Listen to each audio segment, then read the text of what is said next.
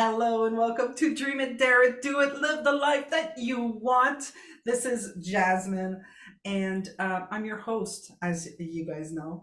And today I have invited Anke Hermann.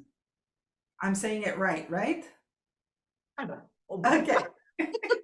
Guys, I've invited Anke. First of all, thank you, Anke, for accepting to Thanks for be. having me. I'm super excited.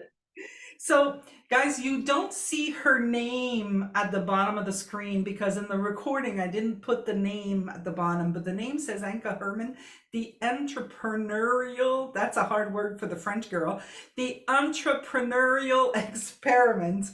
And I reached out to Anke because it's like we just said it. We were just talking off camera. It's like we're like soul sisters from another mother. So she posted something about businesses and about how we promote our businesses. And as you all know, I'm a strategic coach and I help businesses with, going online and creating their site and working on their language and all of that stuff.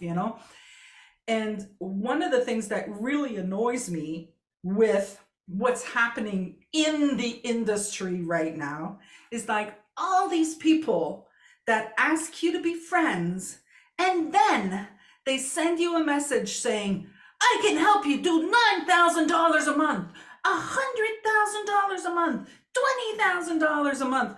I can do the SEO for you. I can do this. And I'm just like, why? Like, what is that about? Or even those people that go, hi, how are you? I'm so happy to meet you.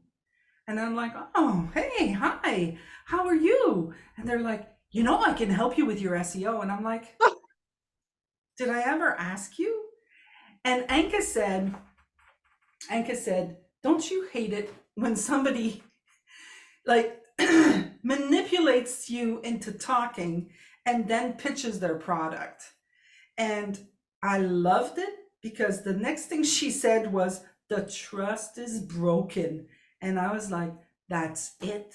Like, I can't trust them anymore because you've manipulated me straight from the beginning. You showed me your true colors right from the beginning.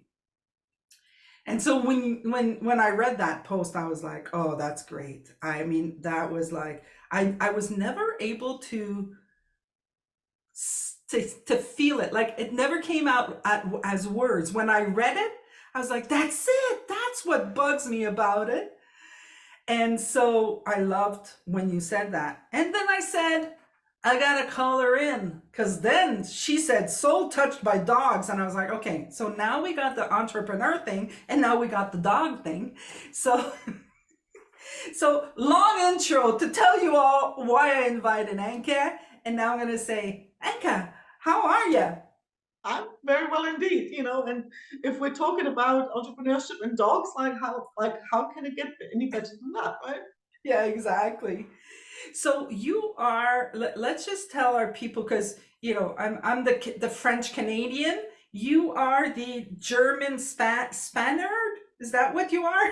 Yeah, I don't know. I don't know what the heck I am, but I mean, yeah, I am German, like Yeah. full on German, but I've lived in Australia for a few years, lived in the UK for a bunch of years, and it's coming up to 20 years in Spain now. So yeah, definitely not in Germany. I haven't lived there in ages. Yeah. But you still speak the language, of course. Yeah, I mean, just don't ask me anything technical like that stuff. I never actually. I only learned afterwards after leaving Germany, so I'm a little like tongue-tied when it comes to tech stuff in Yeah, German. I got it. I got it. So tell me a little bit about the entrepreneurial experiment. Yeah, it is. It is kind of the culmination of what I've seen after changing careers a bunch of times and having my own business since 2004. That the actual creative process that if you've ever made anything, if you've ever painted something or composed some music or made a dress, or like if you kind of what that process of creation is like, where you have this idea, it's like, oh my god, there's the spark of an idea, right? And then you go off and, oh, I don't know, this and that. And then you kind of in this wasteland for a while, where you just tinker and you absorb and you learn and you kind of try and make sense of it all. And then you go away and you let it sit and digest. And then you sort of like, oh, I can see the picture form now.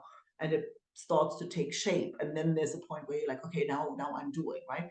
And so I've really seen that building a business is exactly the same. It goes through the same process, regardless of what most gurus tell you.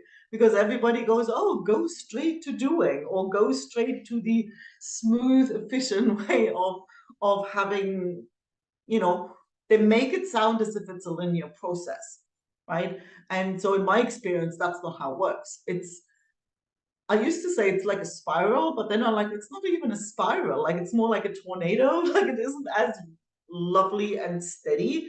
You'll stall for a while and then it goes crazy and then you kind of like go backwards even, right? So it's like, as if you look at the process of building a business or creating anything, if you look at it as a process of, okay, it's a sequence, it's a series of experiments, right? That's actually quite a powerful shift because it takes the pressure off, right? And and if you live in different countries, you'll know it's like if you speak more than one language, like you also know that learning a language, the more pressure there is, the smaller the aperture for learning, right? So it's like literally leaning into what we know about learning and creation already, which is, okay, you do better when you're in flow. You do better when there's no pressure. You do better when you're having fun in the process. And you do better when you look at each step you take as an experiment, because then there's no failure, right? There's like, oh, yeah, that's interesting. That didn't quite work out the way I thought it would, right? So, but that's just information. It just gives you what you need to plan the next step. And if you take that approach, which feels a lot more roundabout and messy and longer than the just follow my proven success formula, right? But in reality, I find you actually get to create what you want to create a lot faster, a lot with a lot less frustration, and you get to create something that's usually a lot more amazing than the thing you had in mind in the first place. So let me ask you, what would you like if somebody asks you, well, yeah, but how do I get in flow? Like, how do I know I'm in flow? What would Yeah, I get you, that question all the time. yeah, Yeah, yeah. No, I think you know it quite easily. I mean, yes, there's people like create, like makers, people who kind of sew, people who paint, like they know what it feels like. You tell a yeah, maker, like, when you're in flow, and they go, oh yeah, I know, like my favorite place to be, right? So yeah, now people who don't know that, they can tell by like two main things that are really tangible. It's like, okay, how fast does the time go? Right? So when you go, oh God, it took forever. Well, then that's not flow, right? So you were right up in your head, like you've got a lot of monkey mind thinking going on. When it goes fast, well, that's better. But you're in flow when you go, time? What time? When time kind of doesn't even exist, that's an indication of flow. And the other really practical indication is when you find yourself, oh, you know what? I just worked for the last 9 hours without stopping on this thing and I'm not tired at all. yeah, So it's also that feeling of feeling energized, regardless of workload.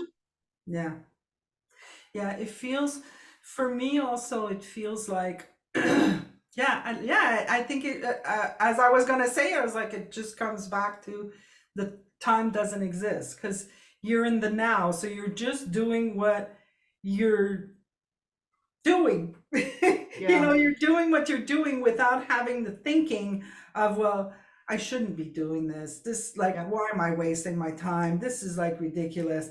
But if you're in flow and you're letting yourself just play, Yeah. just play. It's like, what if I tried this? Okay, that didn't work. what if I tried this? Oh, that's kind of cool. Where could that go? Like that's what I do in business. Like I'm kind Me of too. going like okay, well, what do we do? Like right now, you want what? What do you want? How could I do that? You know, and then I start looking at all the possible tools that it already exist in the world and see how this tool works. This tool won't work. This tool could make it happen. This tool can make it happen. And then I just create it from scratch, you know, or it's not really from scratch, but from flow, like Yes. from whatever is coming up for me. Yeah. And I So think there's two pieces in there that make it really clear whether you're in flow or you're not. And one is, okay, how do you go about that decision making, right? If you go, oh, that sounds like interesting, let's do that, and off you go, that's a different situation than if you go, oh, that sounds like fun. Oh, but what will they think? Am I good enough? But what about the other, yeah, where I'm like, it's kind of really yeah, clear. that's kind of And like putting yeah, a it's stick the in other, the if wheel it's of this flow. moment you have a spark of inspiration, you kind of throttle it with a whole bunch of questions. When you're in flow, it's like, just observe a child play. Like when you're in flow, you don't think about what somebody will think. There's just like you have an idea, and you take the next step that makes sense in this very moment. And the other part is there's also no attachment to the outcome. It's like, oh, because that, then you go in this whole like, Yeah, oh, what if I do this now? What if I put out this post and I share this whatever story? Like, oh, what if like my old ex neighbor reads it, and then they're gonna think about this, and then they're gonna think maybe it's about them. It's like, oh, what? But oh you yeah, know, you're down the rabbit hole. That's not flow. That's the other end. If you have an idea and you don't mind, or you was what you were saying, like, oh, this could work. Yeah, but maybe not. That's what I mean. Like if it's an experiment, if you yes, look at it as an experiment, then either it works, you go, oh great, let's do more of that, or then let's figure out why it worked, so we can use that information. Or you find like, oh Jesus, maybe it worked, but it wasn't as much fun as you thought it would be. That's another option, or it just simply didn't go the way you expected, and then you can get curious about why that would be. Another thing where I find you really notice whether you're in flow, like, I don't know, I've spoken to a bunch of people who are like, oh my God, I know what you mean, is when you're doing something and you kind of almost feel like it's not really you doing it. There is a funny sensation that it kind of comes through you, and you're more like, you feel like a conduit rather than a doer. And I had this really extreme when I'm like cutting a dress, and I'd had these moments when I had my sewing business, especially. I made the pattern, right? So it wasn't like somebody else's stuff. I had made the pattern, and I watch my hand cut, and then I go inside of the line of the pattern. Like, why? And I'm like, that's not me doing this. Like, this is weird. There's kind of my hand feels like it's guided by something other than me. And you'd always find that little adjustment was the bit that really accentuated the curve in the back, where they go, oh my God, the way this fits, right? So I think that's a clear sign of flow, when you're kind of almost observing yourself and you feel that you're the conduit of the thing that is created. Well, that is full on flow right there. yeah, yeah. I don't know if how I think we're so used to interacting with the things that are in the way of flow that we can't hear flow, we can't trust flow. We're like, okay, well, I went to take this class and this class said I should do it like this, like this, like this. And then you have flow saying, no, try that way, go that way. And then your training, I call it my training, goes, yeah, but no, I should do it this way. And I've learned now that as soon as this happens, I gotta go, no, what are you saying? I'm kind of like, tell me again, repeat, try it this way. Okay, let me go try. And I have no idea how it's going to happen, but generally, not generally, like all the time, it feels so much more fun It's like it does what I want it to do instead of what it these people supposed to do, right? Like what they say Yeah. it's supposed to do. It's like if anybody tells me no, no, that's impossible in this day and age, somebody that tells me it's impossible, I go, that's not true. Watch me. Like Right? my I yeah, always say, like, exactly. somebody says to me, you can't do that, watch me is the answer. Exactly. Actually, Exactly. I think the piece that I think a lot of people can relate, and I get this, like, I have this whole, like the, well, I live like that, and I'm basically, I give myself radical permission to go with the flow, like just like you were saying, oh, there's a little nudge. Ooh, I have radical permission to just follow that, and it's incredible what gets created like that. But I get a lot of, like, sometimes open pushback. Sometimes people will, yeah, but that's good for you. But I have real responsibilities, right? Yeah, yeah, What makes you think I don't, right? And so I think what I often tell people, this is one of those things that, you can talk about chocolate all you want, but you're not going to know what it feels like until you take a bite, right? So it's very much, you have to experience it in order to even get to the point where you can learn to allow yourself to trust it. It's like you have to almost create yourself, you have to take a bite of chocolate. Like, you have to create yourself a space where you can just experience what that feels like. So I usually say to people when they, depending on how open they are, like, I have a client and she's very much a creator and a maker. And I said to her, look, take a weekend, right? To just allow yourself to radically go with the flow. If you feel like sleeping, you sleep. If you want to run, run. If you feel like sewing, sew. Like, literally, whatever little thing comes up, that's what you're allowed to do, right? So, and she was like, oh my God, I'm going to try that, right? So now sometimes you get people who are a lot more educated like that feel like they've been disciplined all their life, yeah, and they're very much like, oh no, I can't do that.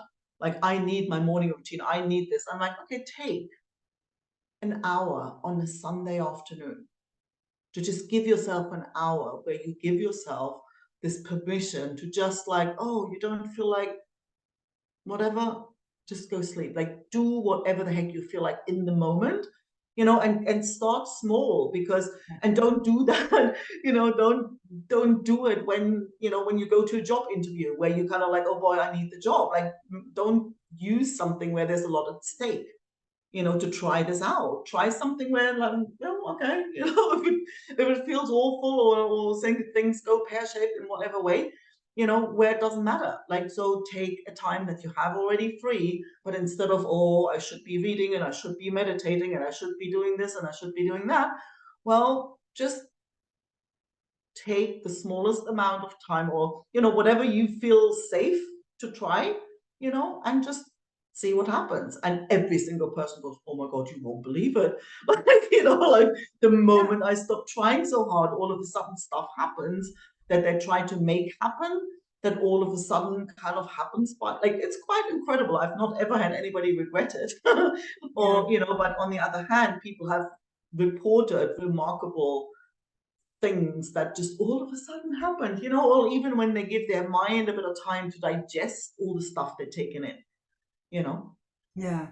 There's it's funny. I kind of did that, but like I was like a little radical, It was like I was in this job for 10 years and I was like, okay, I have to be, I have to have a career and I have to have insurance and I have to have, well, like all the things that I should and must have. And I had it all, I had the 3-week vacation and I had the great, yearly salary and all of this, but I was miserable, miserable. And I should have left the job years before I actually did leave the job. And it just brought me to a point. I think I woke up one morning and I said, no, that's it. I'm done.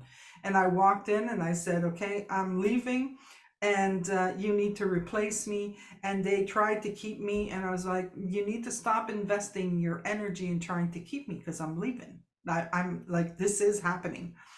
And I said, I won't drop you. Like, I wouldn't drop anybody. But once I've gotten to that place where I'm just like, I'm done, I'm done. And then I quit and I didn't have a job, right? And that put me in a space of, okay, well, what am I going to do now? Right? So, yeah, people told me, yeah, well, you can do that because you're single, you don't have kids, you this, that. And yeah, okay, I did. But it got me into a place where I was able to look at my life and what I done. Like, that's what I played with. When that happened, I was like, okay, well, let me see what I can do. And I remember I had a wall, and it was a blank wall, and I started putting post-its, and I was like, okay, I'm a singer because I'm a singer. So I would put the singer and what have I done as a singer, and I put all post-its, so I had the singer. And then I was like, oh, I'm good with computers, and then I put everything that was good with computers. And I was like, oh, I've done businesses, and right. So I put all of that on the wall, and I had no idea where it was going, at that point. And I did the whole thing, like how when you become an entrepreneur, you know what they tell you? Okay, who is your ideal client?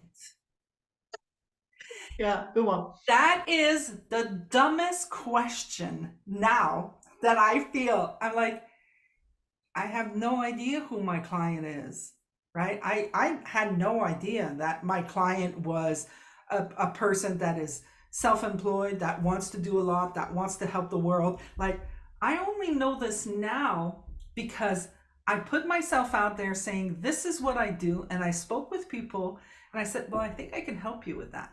And then all of a sudden, it was wildfire.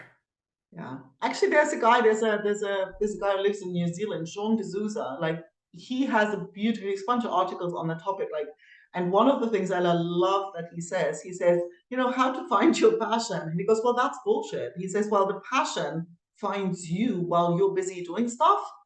And Mm, I think it's exactly that. And I always find people so often hold themselves, like, not even back, like they don't even start moving because they kind of feel they need to have the ideal client and the yeah, signature offer. They need to have all that yeah, stuff figured out before they can go out and do anything, right?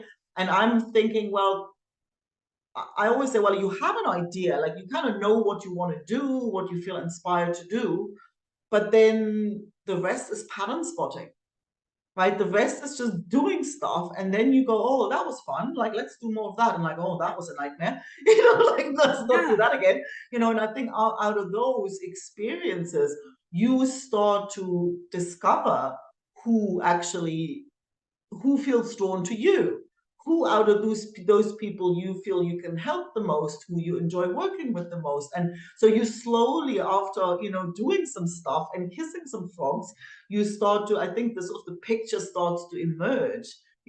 It's not something that you can go into the journey with. I think yeah, it's like you have to start, all the good stuff happens while you're in motion. I yeah, always say to people, like, you have to, like, what's the tiniest step that you can take in the direction, more or less, of what you have in mind? What's the tiniest step you can take with what you have right now? And then take that, because then you get to a corner and then you see what's next and you can kind of make the next decision. If you try, I have a client, he likes to, I'm an avoider. I'm like, no, you're not. Like, I'm a progressor. No, you're not. You come here, like, and what he likes to do is he kind of likes to try and figure out the details of stuff that's really far away. And I'm yeah, like, this is like if you go up and climb Mount Everest, right? And you trying to figure out now where you're going to put the pick just underneath the summit when you're not even at base camp. That's a giant waste of time. Like, just take the next step in front of you. You can worry about the peak underneath the summit when you get there, right? yeah. And you don't even So know if you're going to get there because you might exactly, find this little hut and go, wow, this little hut exactly. is And you don't really know what the cool. weather's going to be like. And, and so it's like a lot of people have this thing. They're trying to figure out too much of the path in too much detail so that they end up not moving at all. And that's the piece that keeps them stuck. Yeah. I have a client that came to me, and I had started working with her, and we were putting stuff in place, and she stopped coming. She, how they get in their heads and they stop coming to the calls. And then she came back and she says, okay, I thought about it. Here's what you need to do for me. And I'm like, okay, what is it that I need to do for me? I want you to help me create my ideal client. And I said, well, you're going to have to hire somebody else.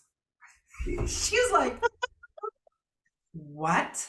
It's like, I'm not going to do that. I'm not going to do that. Like, guys, you have to if you create in your head your ideal client, and you say, this is my ideal client, and then you go in the world and you're looking for my ideal client that I made up in my head, and you don't find him, then you're fucked. Right? And they're like, I did all this work for nothing. Well, the fact of the matter is, you're just looking in your head instead of looking in what's there. The ideal client was right there. You didn't talk to him because he didn't meet these criterias that you had made up that your ideal client should look like. So if you go out there and just be of service and just get curious, like you said, and just see if there's anything you can do for somebody, then your ideal client will create itself. Yeah. And then you're going to wind up 6 months in going, you know what?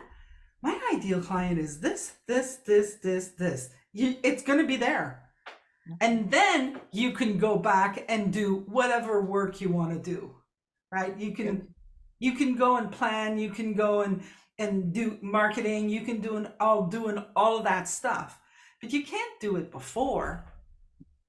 No, you can't. And it's the thing is, like, you can't make something efficient that doesn't exist yet. People always try. There was like a colleague of mine, he put it like so beautifully. He said, well, people always try and build a widget factory before they ever made a widget, before they ever sold a widget. So people like, no, you need to validate an offer first. You need to kind of figure out, what is it that I love doing? Who's the person who's best served with that? And what is it that they want to buy? Like, that's this little dance that where you have, and people, it's like most programs cover that, but there's like, okay, module 1, your ideal client, module 2, we nail your offer, module 3, like, but in real life, people go around in spirals, and that's like a process of creation already. Like, that validation, it's like, most people, if you get that, oh, the first idea is like, wow, there we go, we've got the perfect people, we've got the thing they love buying, it's the thing I love delivering, like, that's like, go buy a lottery ticket. It's not that it's not possible, but if this is especially if it's your first business, if you've had other businesses before, that gets easier because you've obviously learned a few things, right?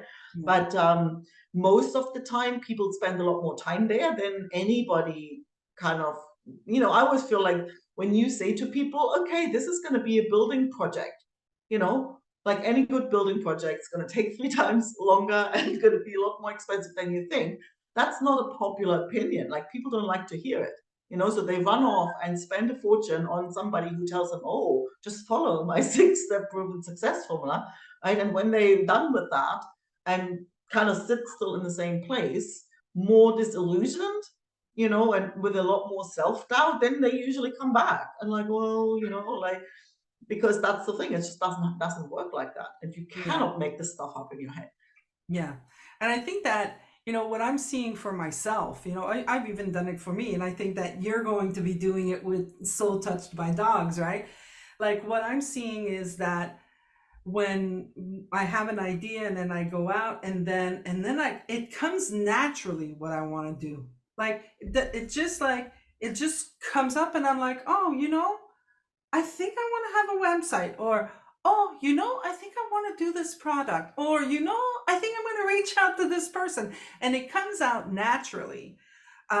And I have done the other way before too. I've done the way of, okay, now I'm a coach and now I'm going to offer this and then I'm going to charge this. And what am I going to do in this course? And honestly, to tell you the truth, none of that has happened for me because it was so, it became so overwhelming. You know, it's kind of like, okay, well, I'd be like, okay, well, I have to have 5 products, you know, because 5 is a good number. And so I'm going to have 5 products, but before I can sell them, I have to develop them. Okay, so what's going to be the first product and how am I going to develop it? Okay, well, I'm going to need the platform here and I'm going to need that and I'm going to need that. Like, because I have the knowledge, right? So having the knowledge and seeing all of this, I'd be like, oh my God, I'm not going to do it. And then what showed up on top of that was, see, you never finish what you start. Oh, Right? So then it was just piling. So that's like Dickens does, you know, like then we're like just hammering myself over the head. And, you know, and when stop it. I finally just let it go and said, because I've done many things in my life, you know, like if I look, I started babysitting when I was 10. Back then, a 10-year-old could babysit. I don't think 10-year-olds can babysit nowadays, you know. And I think at 13, I was selling ice cream in the streets, you know, with the little bike with the bells, clink, clink, clink. I was going around you know, like I've always done something entrepreneurial all my life. And I remember people telling me, "Oh yeah, you're probably doing something else." Oh yeah, like I'd get a lot of flack from other people because it's understood that, you know, we should have jobs that we stay in for 30 years, you know? Like that's how it is. That's not how I did it. That's so not how I did it, right? But I would beat myself about it. But I love where I'm at today because where I'm at today, I do everything I've ever done. You know, Me too. Yeah. it's like this, I do this, I do this. What do you need? Like, it's like people tell you, I would love to sell this. Okay, I can help you with that. I would like to create that. Okay, I can help you with like, you know. And at one point, I had to give up the thinking that would show up. People won't believe you. No, no, no, no. It's true. Yeah. Yeah. I think it's that allowing, you know, and that's true. Like the Soul Touched by Dogs, it's exactly how it got created. You know, there was a spark of an idea and then there was no filter. You know, it was just like, oh, I want to do something with dogs. You know, and then I was Yeah. like, okay, how can I, like, what would I say to a client if they came? I said, well, you know, I'd say, well, what's the tiniest step you can take with what you have right now? And I'm like, oh, I can write. I love writing. I could write a newsletter or blog or something. Okay, you know, then there was that. And then I thought, well, it would be more fun if I could interview people who do great work in that space. And, you know, it helps me grow the audience. It helps me offer more interesting content than just my own blog. And okay, I interview people anyway. Let's do that. And then, well, one button more and it's a podcast. Let's do that, right? And then next thing's like, well, you know, I could put together a virtual event. I do virtual events all the time anyway, right? It's just like one thing after the other. And I was like, oh, I've always wanted a community with that. Well, there we go, right? So it's like literally just, and there's no filter in between, Yeah. right? And that's just how, and then when you operate in that space, it's kind of people feel it. You know, every single person, oh, you need to talk to so and so, right? And then the other person goes, oh, you should talk to, you know, so the network grows almost like in a magical kind of way, you know, because there is no filter of fear and overthinking and second guessing and none of that, right? And it's just, yeah, fire hoses wide open, basically. Yeah. Well, Anke, believe it or not, we've done our time. We've actually busted a little bit. Are you surprised? No. And neither am I. So before we leave, like if people want to know about Soul Touched by Dogs and the entrepreneurial experiment, where do they go?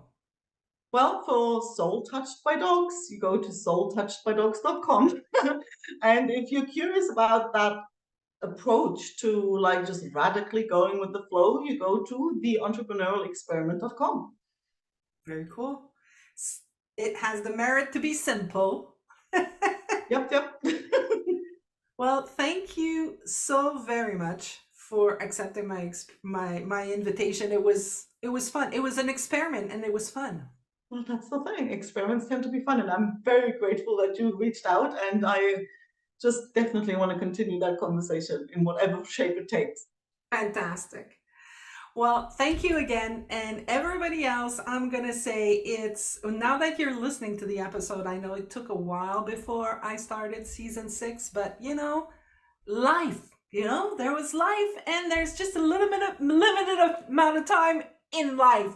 And so therefore I had to adjust and do things, but season 6 has now started and the future episodes are coming.